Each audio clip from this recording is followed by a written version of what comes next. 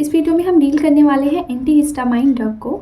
एंटीहिस्टामाइंस ऑर्टिकॉइड category के drugs हैं और अगर आप सिलेबस देखेंगे तो फार्माकोलॉजी का ये सब्जेक्ट है और यहाँ पे ऑर्टिकॉइड्स जब आप पढ़ते हैं तो बहुत वास्ट सिलेबस होता है। इसमें सेरोटोनिन आ जाता है, हिस्टामाइन आ जाता है और फिर उससे रिलेटेड जो एंटागोनिस्ट है वो ड्रग्स भी आ जाते हैं। तो यहाँ पे हम बेसिकली एंटीहिस्टामाइंस कैटेगरी को ही डिस्कस करेंगे, जिसके लिए आपको जानना ज़रूरी है कि ऑर्टिकॉइड का मतलब क्या है, हिस्टामाइंस का मतलब क्या है और फिर एंटीहिस्टामाइंस की फार्माकोलॉजी को हम डील करेंगे। एंटीहिस्टामाइंस क्या है और उनकी फार्माकोलॉजी क्या है, मैकेनिज्म ऑफ एक्शन क्या है, फार्माकोकाइनेटिक क्या है, फार्माकोडायनेमिक क्या है, सारी चीज़ें हम डिटेल में डिस्कस करेंगे। और लास्ट में मैं कुछ इंपॉर्टेंट पॉइंट्स पे यहाँ पे कंक्लूड करूँगी जिसको आप याद रख सकते हैं।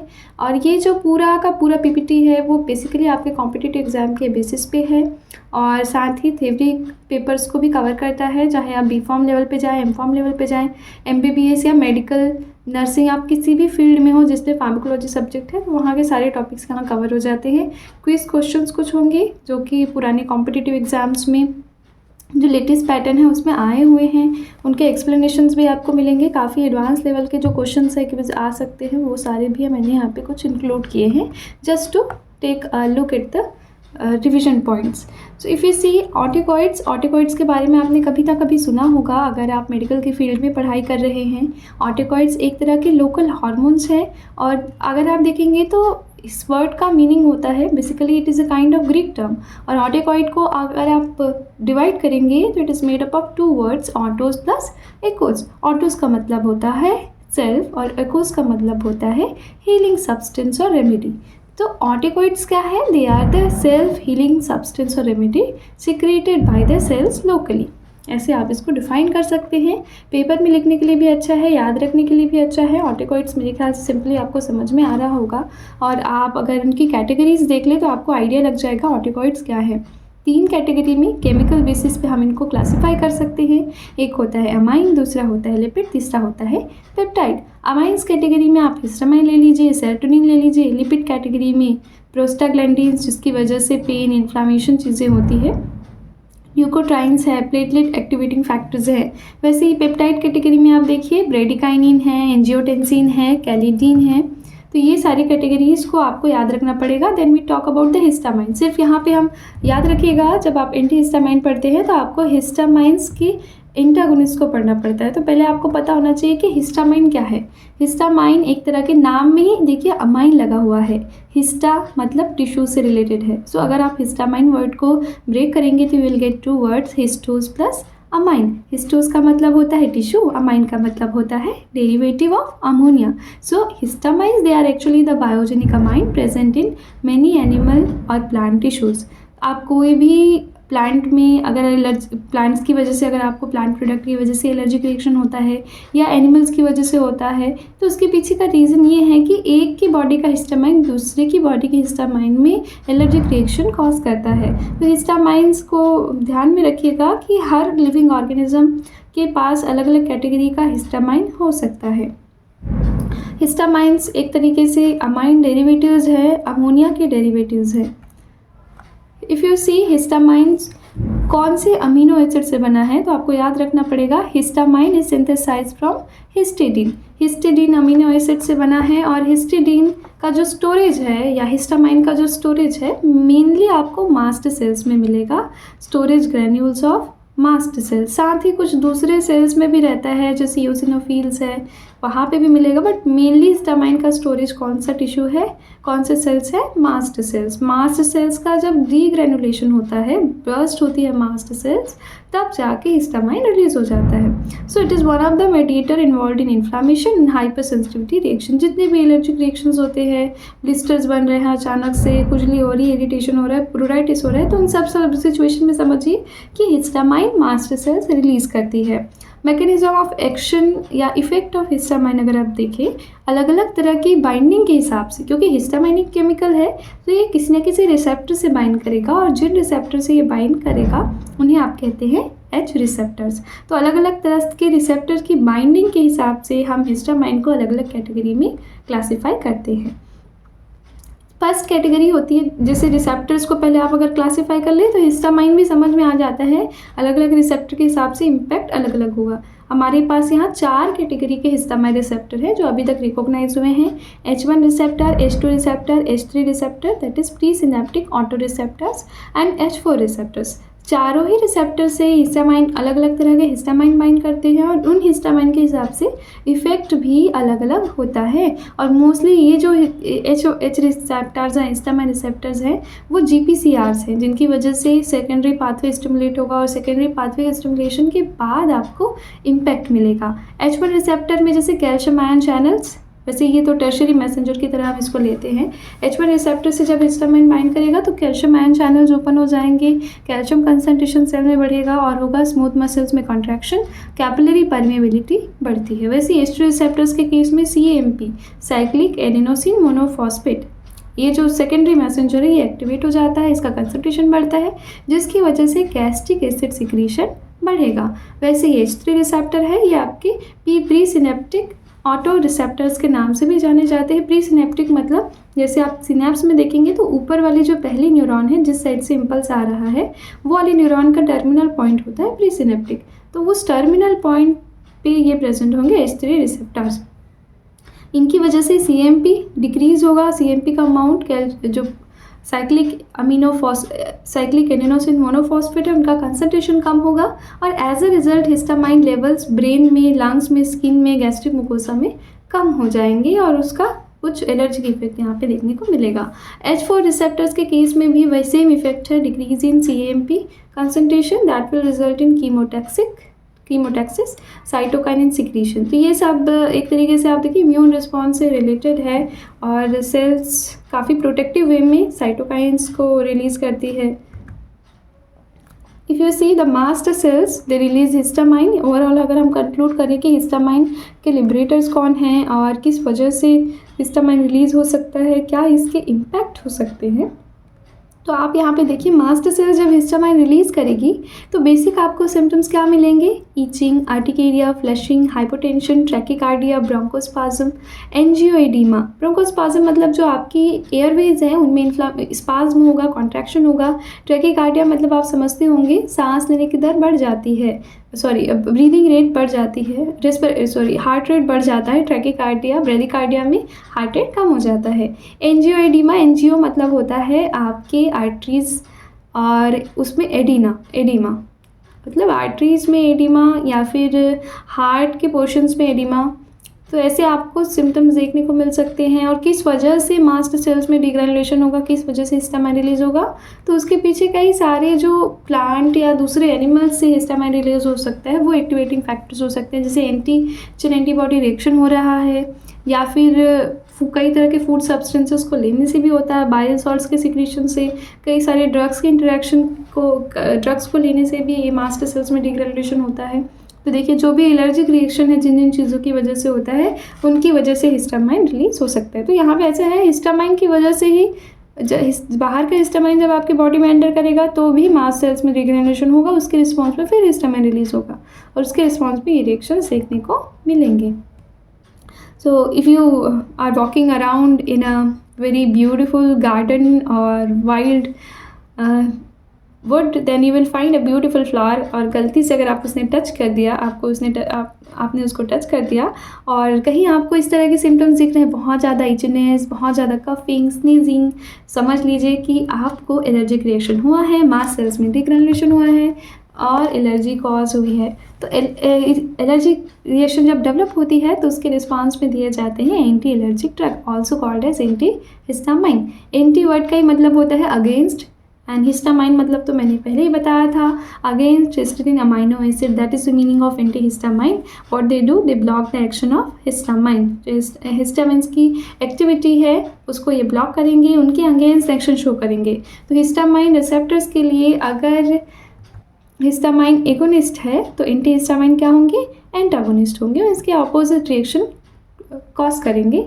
एंटी हिस्टामाइंस की खास बात ये है कि they block the histamine receptors competitively, मतलब जहाँ पे हिस्टामाइन बाइंड कर सकता था उसको कॉम्पिटिटिवली पहले से ब्लॉक कर देंगे, जिसकी वजह से हिस्टामाइन बाइंड नहीं कर पाएगा और एलर्जिक रिएक्शन रुक जाएगी। So this is the way the antihistamines और हिस्टामाइंस वर्क। तो बेसिक आप फार्माकोलॉजी देखेंगे तो यही सिंपल मैकेनिज्म रहेगा। H1 रिसेप्टर से बाइंडिंग, दोनों केसेस में बाइंडिंग होगी, बस एक में रिस्पॉन्स डेवलप होगा, दूसरे में रिस्पॉन्स ब्लॉक हो जाएगा। H1 क्योंकि एंटागोनिस्ट एगोनिस्ट आप समझते होंगे, एगोनिस्ट वो हैं ऐसे ड्रग सब्सटेंसेस और जीनोबायोटिक्स हैं जो जीनोबायोटिक्स बोले या फिर एंडोजिनस सब्सटेंसेस हैं जो कोई रिस्पांस प्रोड्यूस करते हैं, जबकि एंटागोनिस्ट ऐसे हैं जिनकी वजह से रिस्पांस ब्लॉक हो जाता है, रिस्पांस प्रोड्यूस नहीं हो पाता है। तो यहाँ पे मैंने आपको 4 रिसेप्टर्स बताए थे हिस्टामाइन की बाइंडिंग के लिए, लेकिन एंटीहिस्टामाइन केवल 2 3 रिसेप्टर्स पे ही काम करते हैं और हम फार्माकोलॉजी में यूजुअली उनकी स्टडी करते हैं जिनका क्लिनिकल यूज़ होता है।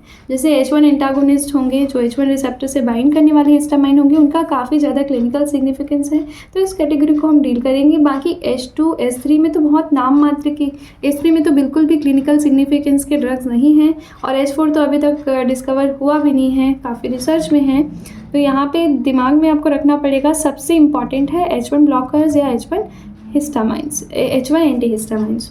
So what is what do you mean by H1 antihistaminic drug? These are the drugs that act by competitive antagonist. Competitively ये हिस्टामाइन H1 रिसेप्टर को ब्लॉक कर देते हैं ताकि उससे हिस्टामाइन बाइंड ना कर सके। अब इनको अगर आप क्लासीफाई करेंगे तो बहुत सारे ड्रग H1 एंटीहिस्टामाइन में डिस्कवर हो चुके हैं, उसके हिसाब से हम 2 कैटेगरीज देंगे। एक होगा फर्स्ट जनरेशन एंटीहिस्टामाइन, दूसरा होगा second generation antihistamine. First generation के जो ड्रग हैं उनकी खास बात ये होगी कि ये ब्लड ब्रेन बैरियर को क्रॉस कर सकते हैं, और जो ड्रग आपके ब्लड ब्रेन बैरियर को क्रॉस कर सकते हैं उनकी वजह से नींद आती है, सेडेशन होता है, साइकोमोटर इम्पेयरमेंट हो सकता है, मतलब जैसा आप चाहते हैं आपके मसल्स का मूवमेंट हो, जैसा आप सोच रहे हैं वैसा आप मूव ना कर पाए, और साथ ही आपको ऐसा भी हो सकता है कि आप कॉन्स्टेंटली किसी चीज़ पे अटेंशन ना दे पाएँ। तो जो जिन कामों में कॉन्स्टेंट अटेंशन की ज़रूरत होती है, जैसे ट्रक ड्राइवर्स को कॉन्स्टेंटली ड्राइव करना है तो उनको नींद नहीं आनी चाहिए, सीडेशन नहीं होना चाहिए। और जो मशीन ऑपरेटर्स हैं, फैक्ट्रीज़ में काम करने वाले लोग हैं जिनको कंटिन्यूस किसी मशीन पे काम करना है, स्विमर्स हैं जिनको कंटिन्यूस बॉडी की सही एक्टिविटी चाहिए, साइकोमोटर एक्टिविटी चाहिए, तो ऐसे लोगों को कभी भी फर्स्ट जनरेशन एंटीहिस्टामाइन नहीं दिया जाता। क्यों? क्योंकि इन ड्रग्स की वजह से सिडेशन होता है, नींद आती है। और फर्स्ट जनरेशन के कंपाउंड में आप ये भी ड्रॉबैक मिलेगा आपको कि इसमें एंटी कोलिनर्जिक एक्टिविटी भी है। तो पहले इनका एक तो ये था कि सिडेशन कॉज कर रहे हैं, ब्लड ब्रेन बैरियर को कॉज कर रहे हैं, दूसरा इनका इफेक्ट होता है, मतलब H1 ब्लॉकर हैं लेकिन साथ ही साथ में इनमें एंटी कोलिनर्जिक एक्टिविटी भी है, तो जिसकी वजह से इनके जो सिम्टम्स हैं वो काफ़ी ज़्यादा शो होंगे, अलग अलग तरह के ये साइड इफ़ेक्ट शो कर सकते हैं, इनका इम्पैक्ट काफ़ी ज़्यादा वाइड हो जाता है। तो याद रखिएगा कि H1 ब्लॉकर्स की कैटेगरी में फर्स्ट जनरेशन एंटीहिस्टामाइंस का साइड इफ़ेक्ट बहुत ज़्यादा रहता है सेकेंड जनरेशन के कंपैरिजन में। तो प्रिफरेबल ड्रग सिचुएशन के हिसाब से ज़्यादा है सेकेंड जनरेशन में।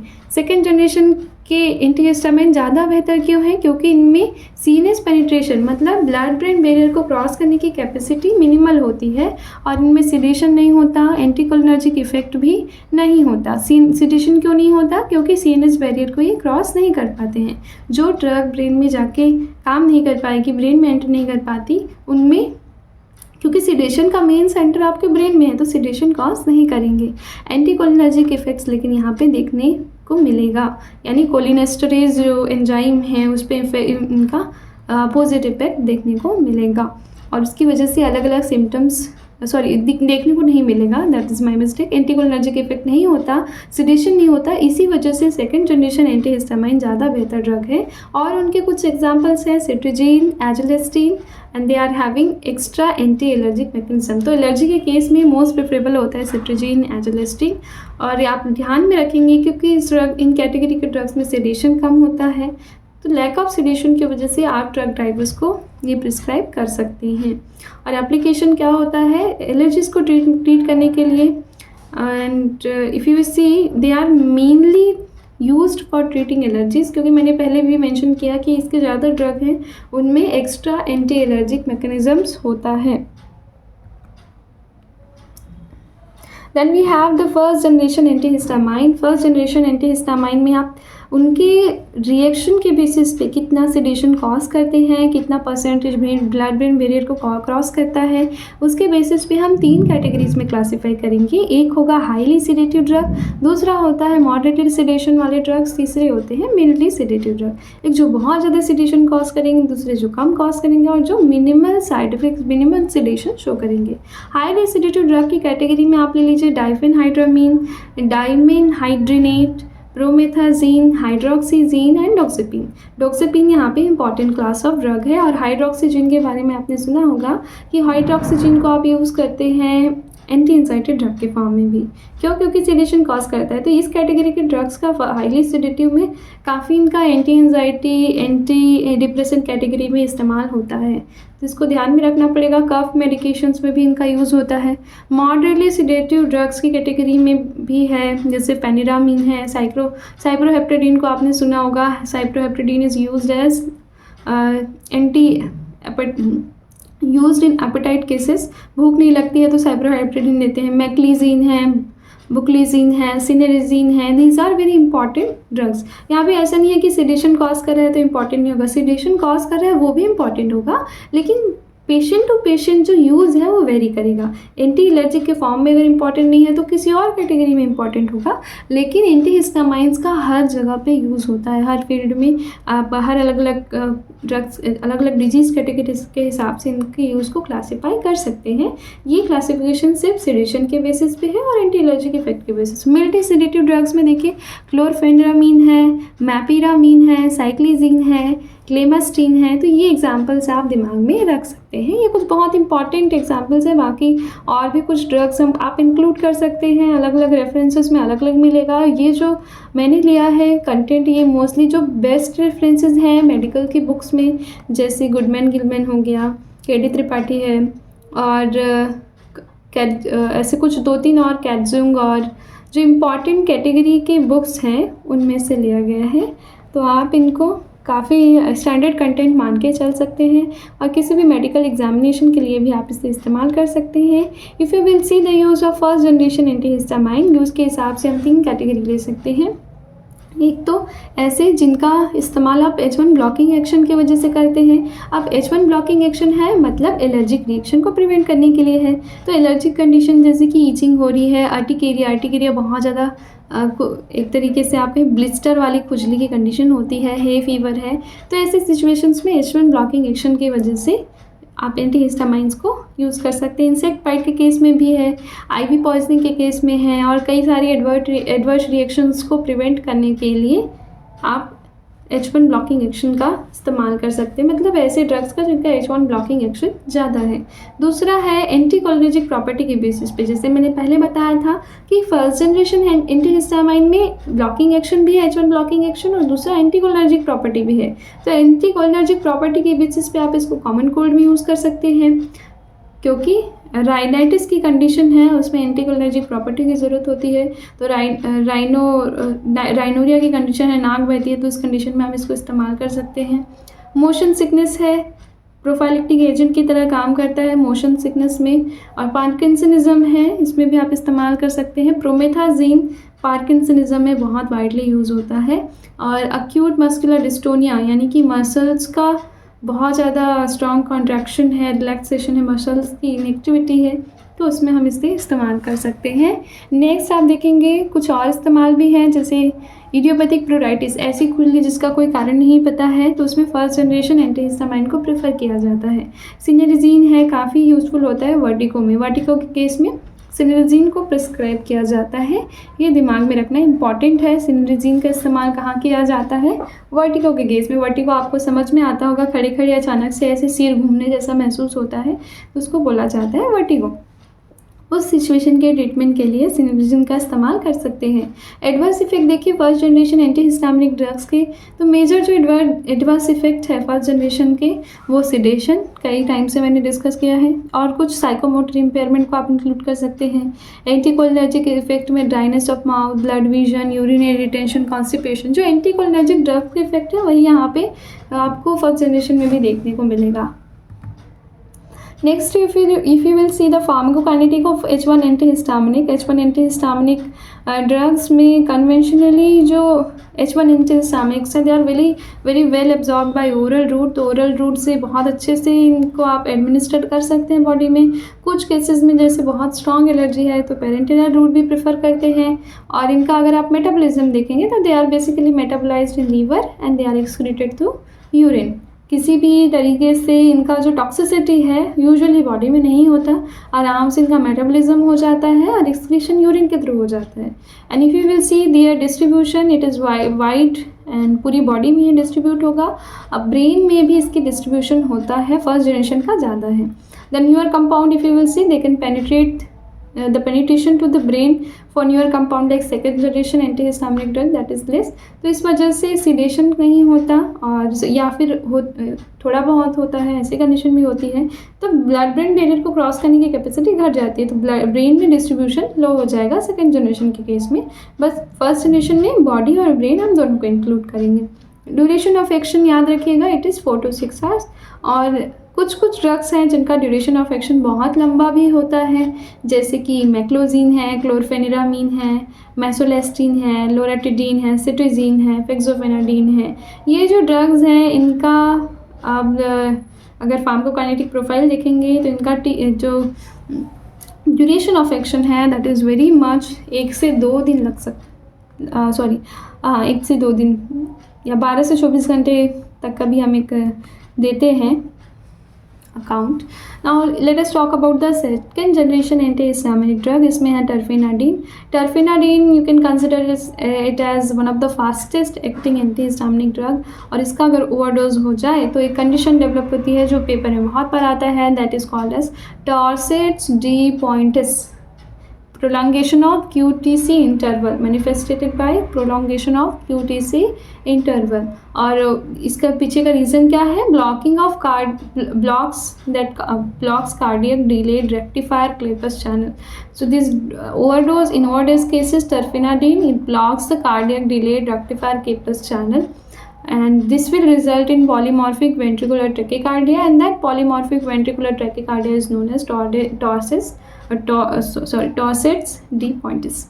So please remember this point. This is one of the very much important points. Second generation में सबसे important कोई ड्रग है तो वो है टर्फेनाडीन. उसके पीछे के भी रीजन्स है, क्योंकि टर्फेनाडीन एक एक्टिव मेटाबोलाइट प्रोड्यूस करता है दैट इज़ फेक्सोफेनाडीन, और ये फेक्सोफेनाडीन फिर फर्दर सेपरेट ड्रग के फॉर्म में भी अवेलेबल है. तो आप अगर एक क्लास ऑफ ड्रग पढ़ते हैं तो आप दो को पढ़ रहे हैं, एक तरीके से आप कह सकते हैं. और फेक्सोफेनाडीन की खास बात क्या है कि इसकी पोटेशियम चैनल्स को ब्लॉक करने की जो प्रॉपर्टी है वो नहीं होती है. So it will be much better, the active metabolite is much better than the terfenadine. It's the main drug. If you will see the use of the drug, it is contraindicated in case of when you are giving a person microsomal enzyme inhibitors like ketoconazole, erythromycin, clarithromycin, itraconazole. तो यहाँ पे arrhythmia के chances बढ़ जाते हैं, इसलिए ऐसे drugs में जब कोई पेशेंट हो तो उसको टर्फेनाडीन प्रिस्क्राइब नहीं किया जाता है, ताकि अरिदमिया जैसे सिम्टम्स साइड इफेक्ट डेवलप ना हो. अरिदमिया आपको समझ में आता होगा, irregular heart beat is arrhythmia. Next if you see the astemizole. Astemizole is the slowest and longest acting agent, और इसमें अरिथमोजेनिक प्रॉपर्टी बिल्कुल टर्फेनाडीन जैसी होती है. और बस डिफरेंस क्या है, terfenadine was fastest acting, astemizole is slowest and longest acting. In should again इसका भी कॉन्ट्राइंडिकेशन वहीं पे है, ketoconazole, erythromycin, clarithromycin and itraconazole की बेसिस के केसेस में. Loratadine, again this is a kind of long acting second generation antihistaminic drug. And if you will see the metabolism, जब metabolism होगा तो this will be available as desloratadine. Desloratadine फिर से separate drug के form में available है. तो ये याद रखने वाली बात है कि टर्फेनाडीन, फेक्सोफेनाडीन, एस्टेमिजोल तीनों एक कैटेगरी में आ गए. लोरेटिडिन थोड़ा सा अलग हो जाता है, और लोरेटिडिन और डेस्लोरेटिडिन सेम कैटेगरी में आ जाएंगे. Next is सिट्रीजीन. सिट्रीजीन के बारे में आपने कई बार सुना होगा. It is very commonly prescribed in cold cases and it is a kind of drug जिसका एक्टिव मेटाबोलाइट आप कह सकते हैं कि फर्स्ट जनरेशन एंटीहिस्टामिनिक ड्रग पे जितने भी ड्रग्स हैं उनका एक्टिव मेटाबोलाइट है cetirizine. So this is an active metabolite of first generation antihistaminic drug. hydroxyzine. Okay, all second, that was a mistake. Cetirizine is an active metabolite of first generation antihistaminic drug that is named as hydroxyzine. Hydroxyzine का active metabolite है cetirizine, और second generation antihistaminics में जब metabolism होगा तो उनका जो active product है बनता है, अगर आप सिट्रीजिन और मेजोलेस्टिन को छोड़ दें तो बाकी सारे ड्रग्स में, सेकेंड जनरेशन में एंटीहिस्टामिनिक ड्रग्स में एक्टिव मेटाबोलाइट बनता है, लेकिन सिट्रीजिन का कोई एक्टिव मेटाबोलाइट नहीं होता क्योंकि खुद में ये एक्टिव मेटाबोलाइट है। साथ ही मेजोलेस्टिन का भी कोई एक्टिव मेटाबोलाइट नहीं होता। और सिट्रीजिन की खास बात यह है कि इसमें एंटीकोलर्जिक प्रॉपर्टी है, लेकिन जो एंटीकोलर्जिक एक्शन शो करने का तरीका है उसके लिए मैकेनिज्म है वो डिफर कर सकता है। So that mechanism is like inhibition of release of cytotoxic mediators from platelet and inhibition of chemotaxis. So this is the way the cetirizine shows its anti-allergic property. Some person they require sedative effect with cetirizine. ऐसा हो सकता है कि आपको cetirizine लेने के बाद थोड़ी सी नींद आए, भले हम बोलते हैं कि सेकेंड जनरेशन में sedation नहीं होता, but I also had mention that the second generation can show a little of sedation and some of the members they do not show any sedation. So if you see the levocetirizine cetirizine का ही L isomer है, levo isomer है, and it is more better, more potent, less sedative. More potent means dose the required dose will be less, और आप बोल रहे हैं less sedation है तो that means it is more better, much useful than the cetirizine. Azelastine it possesses maximum topical activity, और इसको आप नेजल स्प्रे के फॉर्म में दे सकते हैं। एलर्जिक राइनाइटिस, जो सर्दी ज़ुकाम जैसी सिचुएशन होती है उस कंडीशन में आप इसे एज अ स्प्रे दे सकते हैं। Then we have the olopatadine this is a kind of recently approved topical H1 antihistaminic drug and it is used as nasal spray for seasonal allergic rhinitis. Difference याद रखिएगा, olopatadine is used for seasonal allergic rhinitis while the azelastine is used for nasal allergic rhinitis. So that is the difference. Next, if you will see the L-ceftadine, that is approved as ophthalmic solution for allergic conjunctivitis. अगर आप ophthalmic condition में allergic condition बोल रहे हैं तो conjunctivitis, inflammation of the conjunctiva due to allergic reaction is very common. For that, the L-ceftadine is available as ophthalmic solution to act as anti-allergic drug. Now second generation में कुछ और example हैं, जैसे माइजोलेस्टिन है, एबिस्टिन है, लीवोकार्बास्टिन है, रुपेटिडीन है, एक्रीवेस्टिन है। So these are one of the very good example for second generation antihistaminic drug, और इनको कभी कभी थर्ड जनरेशन में भी रखा जाता है। तो ये आप याद रखिएगा कि एक अलग कैटेगरी भी हमने बना के रखी है, कुछ बुक्स में मिलता है, कुछ ज़्यादातर बुक्स में नहीं लिखा हुआ है। If you will see the antihistamines, we have two more categories, H2 antagonist and H3 antagonist, which are not having very much clinical significance. H2 antagonist का सबसे पहले, H2 antagonist मतलब H2 blocker, और सबसे पहले इसको डेवलप किया था ब्यूरिमामाइड नाम, सबसे पहला जो ड्रग डेवलप हुआ था H2 ब्लॉकर में दैट वाज ब्यूरिमामाइड, और इसको डेवलप किया था ब्लैक नाम के साइंटिस्ट ने 1972 में। Metiamide was the next one, and after that we found that they are not clinically suitable. उसके बाद और भी डेवलप हुआ, ऐसा नहीं रिसर्च वहीं रुक गया। सिमेटिडीन बना, जो कि कई सारे इसके यूजेस हैं, कई जगह पे यूजेस हैं, और रेनिटिडीन, फेमोटिडीन, रॉक्साटिडीन, ये सारे ड्रग का आपने कभी कभी यूज़ सुना होगा, and they are primarily used for peptic ulcer, gastroesophageal reflux diseases and gastric hypersecretory state. So they are much more useful in case of gastric category. So ऐसा नहीं हो सकता कि आप अगर एंटीहिस्टामाइन ले रहे तो सिर्फ एंटी एलर्जिक के लिए यूज़ होगा, कई सारे और दूसरे एक्शंस के हिसाब से इनको हम यूज़ कर सकते हैं। बट H2 अभी एक्सप्लोरेटरी में है, H3 में तो बिल्कुल काम हो रहा है, बट इसमें कोई क्लिनिकल यूटिलिटी के ड्रग अभी तक नहीं मिले हैं। What are the major points to remember? Two things I haven't mentioned earlier, that is I have told you that doxepin is important. So now you see the third generation antihistaminic, कभी कभी हम कहते हैं third generation antihistaminics भी H1 blockers में ही, तो वहाँ पे जो जितने भी आपने सुना कि सेकेंड जनरेशन में जो एक्टिव इनहेंशुमेंट्स है, जैसे सिट्रीजिन के लिए लीवोसिट्रीजिन, तो ये जो कैटेगरीज हैं और एक्टिव मेटाबोलाइट है जैसे डेस्लोरेटिडीन, फेक्सोफेनाडिन, तो सेकेंड जनरेशन के जो एक्टिव मेटाबोलाइट है, इनहेंशुमेंट्स है, एक्टिव इनहेंशुमेंट्स, उनको हम थर्ड जनरेशन में रख देते हैं। कुछ बुक्स में, ज़्यादातर बुक्स में ऐसा नहीं है, कुछ बुक्स में ऐसा क्लासिफिकेशन दिया हुआ है क्योंकि आजकल साइंटिस्ट ऐसा कंसिडर कर रहे हैं, तो आप उसको भी ध्यान में रखिएगा। थर्ड जनरेशन अगर कोई पूछता है तो आप सेकेंड जनरेशन के ही एक्टिव मेटाबोलाइट को रेफ़र कर सकते हैं। Then we have doxepin. Doxepin एक तरह का ट्राईसाइक्लिक एंटी डिप्रेसेंट है जिसका एक्शन आप देखेंगे it is one of the most potent drug. H1 blocking action बहुत हाई है, 800 गुना ज़्यादा पोटेंट है ये डाइफेनहाइड्रामीन के केस में। If you will see some questions we have, इसको आप आंसर करिए, पढ़िए, और इसके आंसर्स मैंने यहाँ पे दिए हुए हैं। इस वीडियो में बस इतना ही। Thank you so much. Stay healthy, stay safe, have good day.